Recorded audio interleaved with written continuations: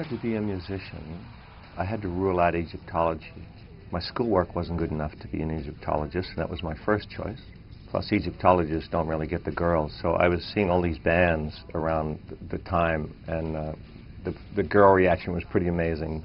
When you're 13, it's pretty stunning to see that. You fall in love with the music, but the thing that makes you want to get up on stage and play is probably, you know, to single it out from the rest of the pack.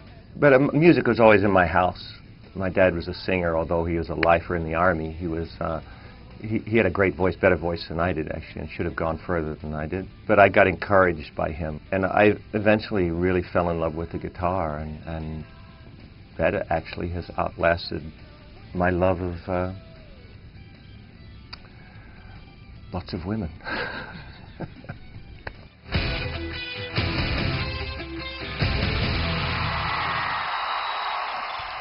There was a lot of tough times, actually, when I finally moved to America, and a lot of the times I really felt like giving up. And I don't think there's probably anybody that goes through, you know, commits himself to a path and has to do it pretty much usually by themselves, who doesn't think about giving up at some point. But I only thought about it. I never actually really considered it a possibility.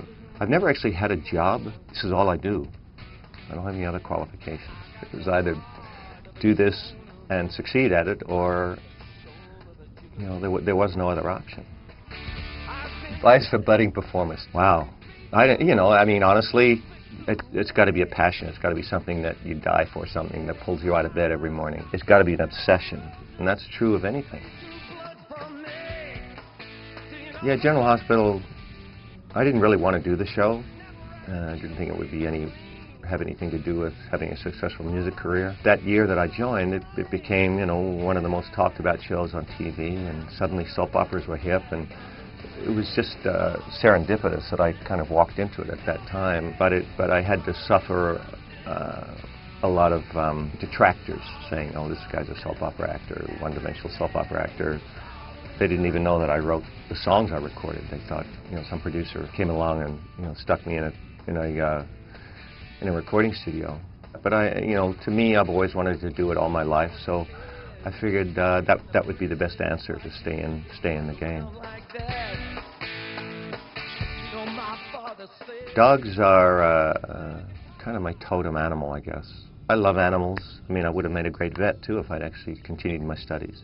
So actually, Egyptologist and veterinarian were the top two, and musician came third and won out just because of my short attention span in school. But I've always loved animals, and dogs in particular, because they were my companions while I was moving around a lot. It was dogs that were the truest spirits, and they've always, you know, all through the main times of my life, they've been there. Well, a dog has been there, and so it's.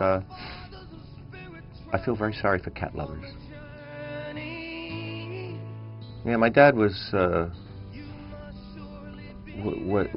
kind of the nurturer of the family. You know, my mom was the one that got stuff done and, you know, kept us in line. But my dad was the one that gave us a hug when we had problems.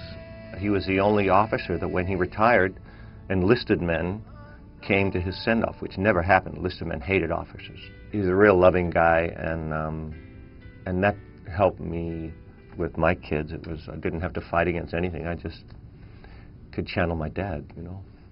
My father's chair, still standing there, all alone, since the long night. I don't know why Jesse's Girl has had the legs it's had. My view is that it's a good song. It says something that everybody feels. It says it in a kind of an original way. It's a catchy melody. And it's one of those songs that a songwriter hopes for in their career. Bad news is they'll probably play it at my funeral, which will really suck, because it's not a dirgy song at all, you know? You know, I wish that I had Jesse's girl. I wish that I had Jesse's girl. Tell me, when can I find a woman like that? I'll play along with this. That's much smaller than I thought it would be.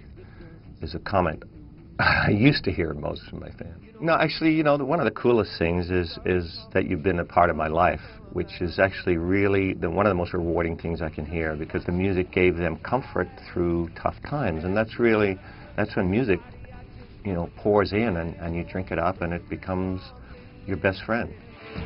You know, I wish that I had yesterday's girl.